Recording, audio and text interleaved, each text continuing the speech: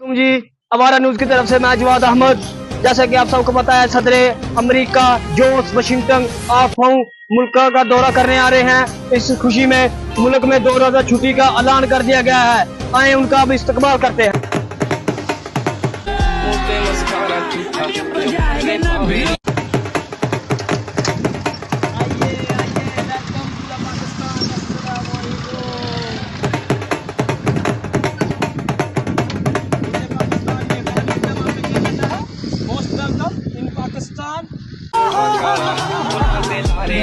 आने की खुशी में नहरें चलवा दी हैं, खालों में डक्के लगवा दिए हैं, दरख्तों पे पत्ते लगवा दिए Hey, y'all, come look at this. हैं। हमने बहुत कुछ किया है आपके लिए। आपके आने की खुशी में मुल्क ने 2 रोजा छुट्टी करवा दी है।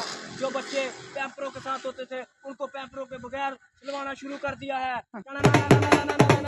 आइए आइए आइए।